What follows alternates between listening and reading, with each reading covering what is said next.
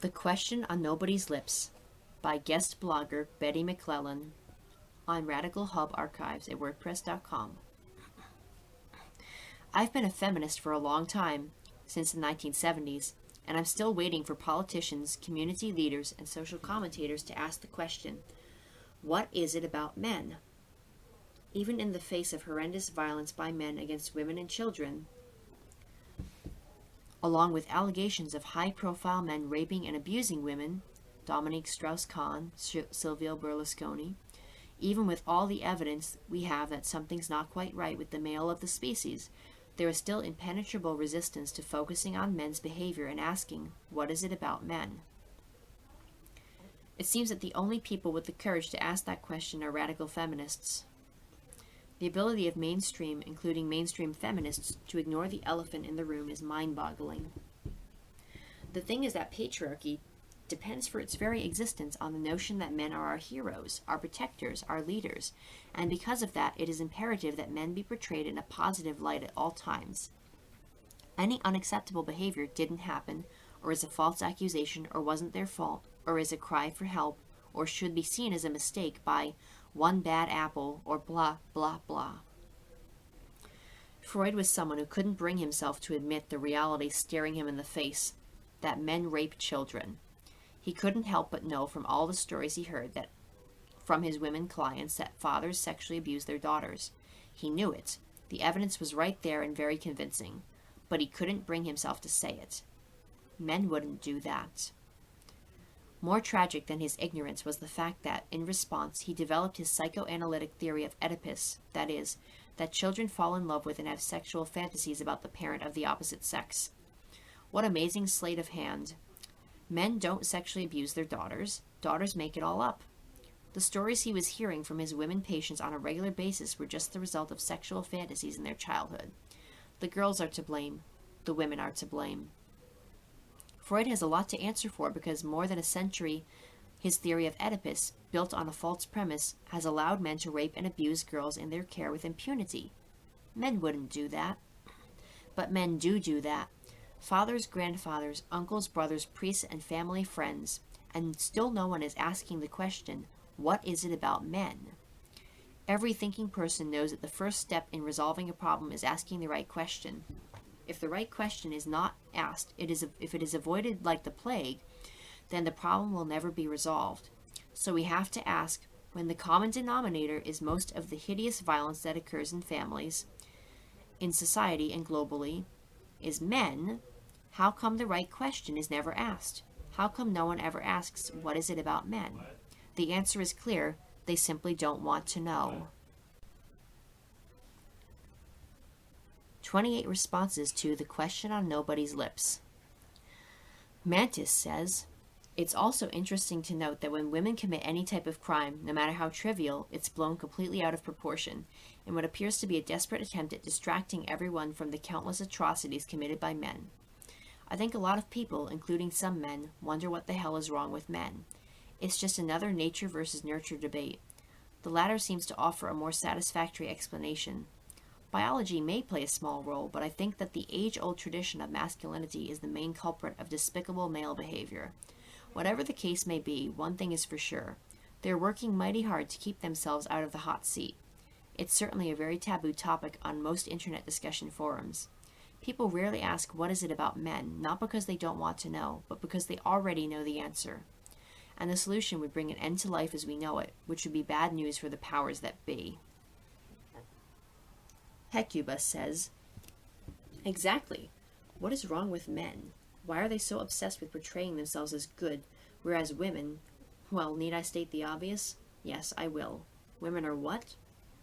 Well, we are the ones being scapegoated and blamed for men's crimes against women and girls. Men must never criticize their own group, otherwise male domination over women would begin to crumble. So women have to be the scapegoats for men's continuing violence and domination over all women and girls. That's why terms such as gender violence, violence against women are used because putting the spotlight on men as a group must not happen. Remember, the dominant group always gets to define reality and the oppressed group are the ones seen as at fault. This is why whenever women commit a crime, it is blown totally out of proportion. and is used to ensure attention is always focused on policing women and subjecting them to male control. Male-centric propaganda ensures that women continue to constantly focus on the male in their heads, because this male authority figure supposedly is the one who defines what is and is not women's reality and experience. Radical feminists have never claimed women are perfect, unlike men, of course, but we do demand to be accorded respect and dignity, something which continues to be male only. Radical feminists will never be silenced. We will keep the focus firmly on men and their actions, despite men's claims that you are victimizing me or you've hurt my feelings. Well, male hurt feelings pale in comparison to innumerable women and girls continuing to be subjected to male terrorism. Well said, Betty. You've dared to say what so many women are terrified of saying. What is it about the men? Katie S. says, yes, that's the question. Thank you for the wonderful post. YTTIK says, it is pretty amazing that we don't even ask the question. There's almost universal acceptance that boys will be boys, as if that's pretty much the end of the discussion. Rad femmes are often accused of being man-haters, but what is so ironic is that most of us have a much higher opinion of men than the mainstream culture does. In the culture, men are portrayed as either bungling idiots who can't figure out how to boil an egg, or else savage sexual predators with no self-control. Rad femmes tend to reject these versions of men and expect them to be capable of taking responsibility for their actions, almost as if they were full human beings. I think one problem is that men have succeeded in living up to the culture's expectations of them, which are quite low, and then women have been forced to accommodate these stupid images. After a few hundred years of that, the whole system starts to feel normal, ordinary, and just the way things are. Sheila G. says, if you marry and date men, you clearly have a vested interest in covering up for them. I think the fact that women don't have huge communities of their own and seem addicted to sexual relationships with men who are set out to destroy and own women is why the question is so threatening. Try to bring this subject up amongst conventional straight women and watch them squirm in uncomfortable silence. Watch them change the subject with lightning speed. Women can't bear the truth. Men threaten women with death and starvation for proclaiming this truth. Maggie says, but the men have got an excuse, a deflection. It's the women who are the ones who force men to commit abuse and rape. Why sometimes they don't force it, but are asking for it? Put simply, men are dangerous. Katie S. says, in my own experience, this question is sometimes asked, but not seriously enough. I remember as a child in the 1950s hearing women say things like this in exasperation. I grew up poor, so I don't think this question could have been asked deeply and seriously amongst those women. They had children very young, often many children. Jobs for women that could support themselves, much less a family, were not available. At least not for women without an education. The question was there. It was clear to me as a child that there was something wrong with men as a class. I learned this from observation, but also was taught it by what women told me. I was taught to be afraid of men as a young girl. Although a particular woman might seem frightening, that was a rare exception. Women as a class were not frightening. They were safe. Individual men might be safe, but as a class they were not. Some men who pretended to be safe at first were very unsafe. There's another reason, I think, that this question does not get posed. That is that most women think that men are like us, even if they have some rough edges. They think that if only the problem with the rough edges were solved, men would act like humans. Most women are ethical, and I don't mean so-called male ethics, which are based on patriarchy. Women care what happens to other human beings and to the planet. They aren't physically violent. Women feel a responsibility to reciprocate friendship. If I do something for a friend, I can count on her to reciprocate.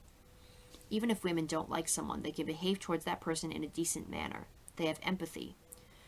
Again, there are women who don't fit this description, but as a class I believe they do.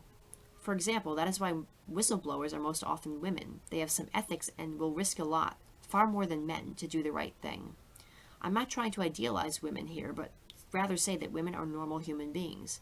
They have problems, many caused by oppression, but they are normal humans. Because most women assume that men are like women underneath, they don't see what is actually there. Even if they have encountered a bunch of losers in their personal lives, they assume that these men are the exception. They've been told it must be that they aren't good enough to attract good men. They continue looking for a good relationship, working to improve themselves in any number of ways. They try all kinds of ways to have a good relationship. But because women care about friendship, caring, decency, etc., they assume that everyone does, and they are told that this is the case by the culture. I do agree that if you're a woman who marries and dates men, it makes it much harder to face the truth about them. While it is true that there is a kind of vested interest, for many women around the world that vested interest is in survival. For a few of the world's women, particularly those born in a more privileged circumstance, especially more recent times with visible lesbians in their world, there is a more obvious choice. Also, if you have sons, you have a vested interest in denial.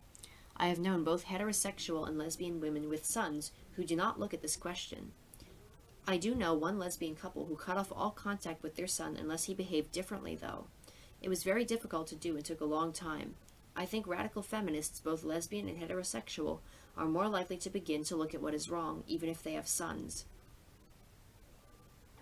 When you say, no one asks because they don't want to know, Betty, I wonder if you are also talking about groups and about other men.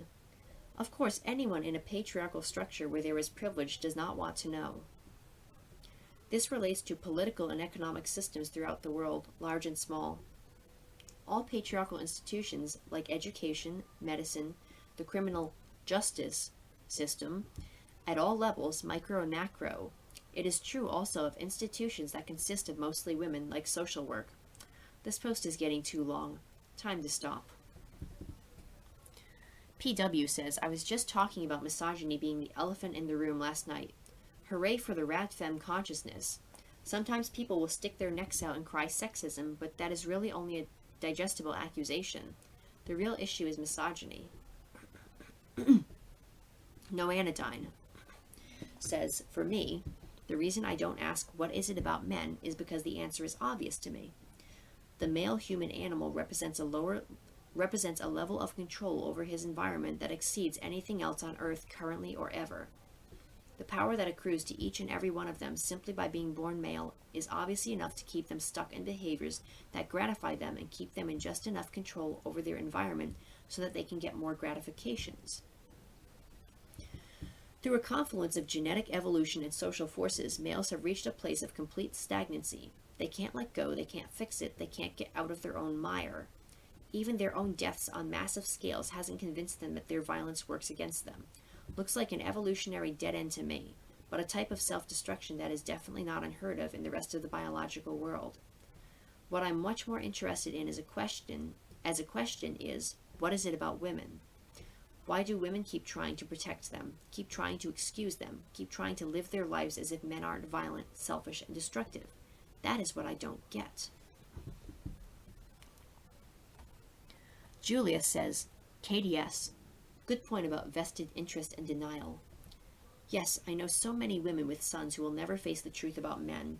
They have been around much longer than me and have suffered much more shit from men. What a powerful story about the lesbian couple who cut off from their son. I've never heard of anything like that before. No Anodyne, I can tell you a lot just from the women I know.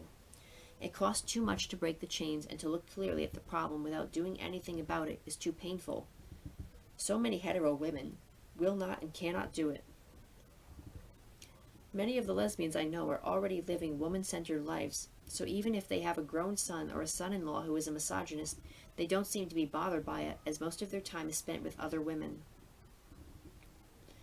My current experience is that if you are a straight woman over 40 in the US, it is very hard to make loyal women friends.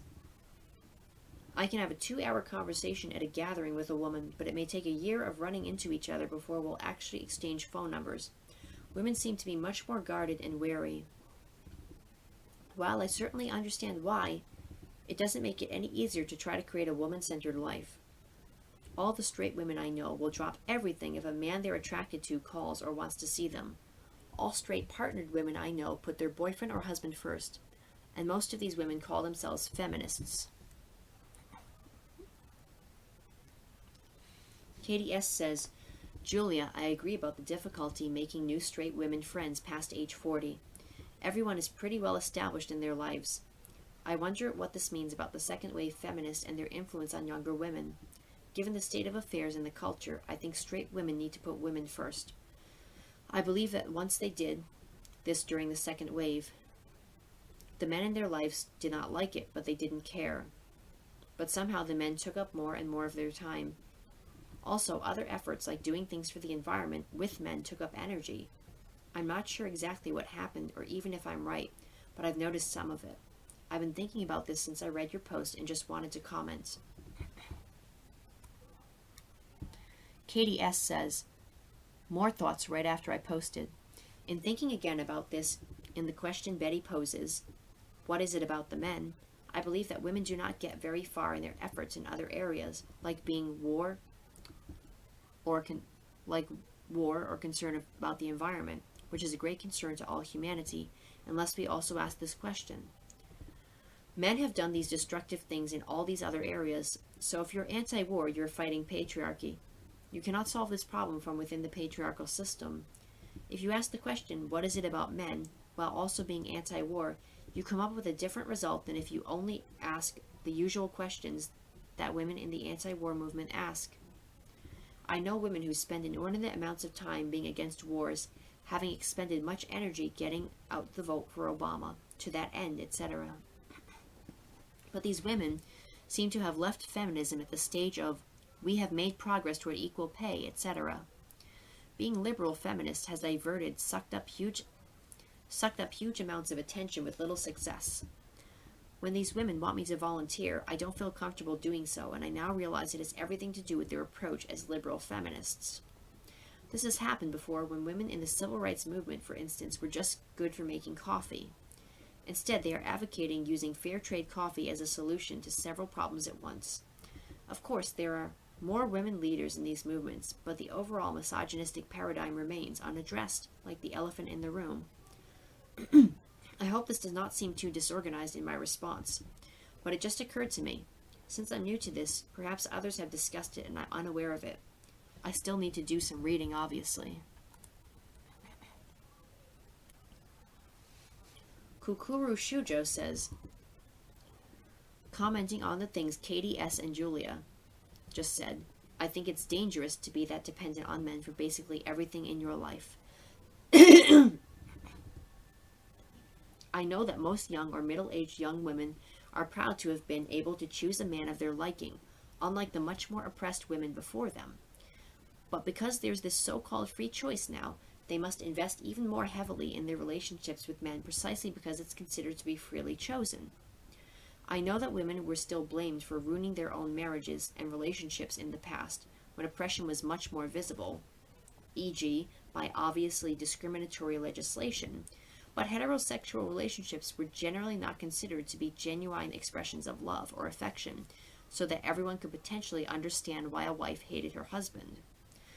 Seeing marriage as a contract and not as a love relationship also meant that women were able to invest into it only to the extent that was needed to fulfill the contract.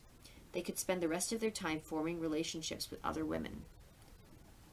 I'm not saying that the married women of nowadays don't have friendships with women. They surely do. But if their husband is the most important thing in their lives, the factor they have most readily invested in, what will happen when he's dead? The most important thing in their life is gone, and it's not certain their female friends will be an adequate replacement. This will be extremely difficult to bear, and single, straight, asexual, whatever women are out of luck because, as everyone knows, straight partnered women bitch about their men all the time to bond with each other. No Anodyne says, Julia, quote, the straight women I know will drop everything if a man they're attracted to calls or wants to see them, quote. Sadly, lesbians are fully capable of doing the same thing. Lots of lesbians abandon their friends and community to rush to be with that one woman whenever she snaps her fingers. I see it as the unhealthy way we're all trained to crave that kind of experience, and to see intimate partner relationships as the absolute pinnacle of human experience. There was a book in the 80s called Why Do I Think I'm Nothing Without a Man? And it perfectly described that deep need for a husband or partner, and what we feel about ourselves when we do and don't have one. And the author talked about ways to not focus our lives on that. It's telling that it's out of print. The culture just keeps wanting us to be paired off. Something in us easily falls into that, and we're all worse for following that course. lesbians as well as straight women. FCM says, good point, no anodyne. Two people does not a support system make. Thinking that it does is probably the worst, most dangerous, and most destructive mistake a woman can make, whether she's straight or not. It's a program designed to fail. Everyone dies, for example. Hoping you aren't going to be left alone and vulnerable doesn't change the odds that you will be. It's still 50-50. For straight women, the odds are actually worse, since men die first. It only increases to 50-50 for lesbian couples, which is still very bad. Rainsinger quotes No Anodyne. Sadly, lesbians are fully capable of doing the same thing. Lots of lesbians abandon their friends and community to rush to be with that one woman whenever she snaps her fingers. Quote, I remember being called mean for saying that in my observation. Some lesbians appear to only come to feminist events to find potential partners. LOL. Which is fine as far as it goes, but often it also meant both disappeared to become primarily invested in couple stuff. Pair bonding is unnatural for most mammals, and primates in particular. During the activism for lesbian and gay marriage in my local area, I shocked an activist door knocking with a petition when I said, sorry, I don't believe in marriage for anybody. Tiptree says, hi, I was glad to see the comment and follow-ups. Every night I watch the news and here's the announcer. The people demonstrated in the square. I look at the video and I see 100% men in the square. In fact, in Egypt, the women who tried to join the protests were attacked by the people in the square. I find myself talking back, no, the men protested. No, the men prisoners rioted. Can't you see the pictures? Nope, the male politicians met and made the decision. And of course, the men fought with each other and committed atrocities over this or that piece of desert. Once it's pointed out to people, they make a face and say, well, duh, but they get it. And I think it may be hard for them to look at an all-male shot after that and not notice that it is not women fighting, making bad decisions, or in general causing trouble. There are no women there. I started getting weirded out watching coverage of events in some Muslim countries. It's a TV world without any women at all. Frightening, really. I happen to believe that what is wrong with men is almost purely biological. Men generally have about 14 times as much testosterone as women. Scientific studies as to the aggression and social dominance needs and territoriality this causes in men are very interesting to read. It seems obvious to me that this hormonal pathology, the gross excess of the aggression hormone, must be caused by an early mutation and needs to be treated to bring it down to normal levels, i.e. the levels of the average human female. This can be done easily in a single generation using a virus vector. Problem solved. Joseph says, just came here from the Courier Mall, Queensland, Australia website. There's an article there about a doctor at James Cook University who quit his post as a result of Betty's article. He accuses Betty of sexually vilifying all men. I know we men can be stupid, but this guy wins a prize. Betty's article is actually very reasonable. I do not get the feeling she is vilifying me. We've never met, LOL. JCU didn't have a problem with the article. JCU, however, reviewed his concerns and found there was no evidence Dr. McClellan had breached the university's code of conduct, nor brought it into dispute. So he spat the dummy.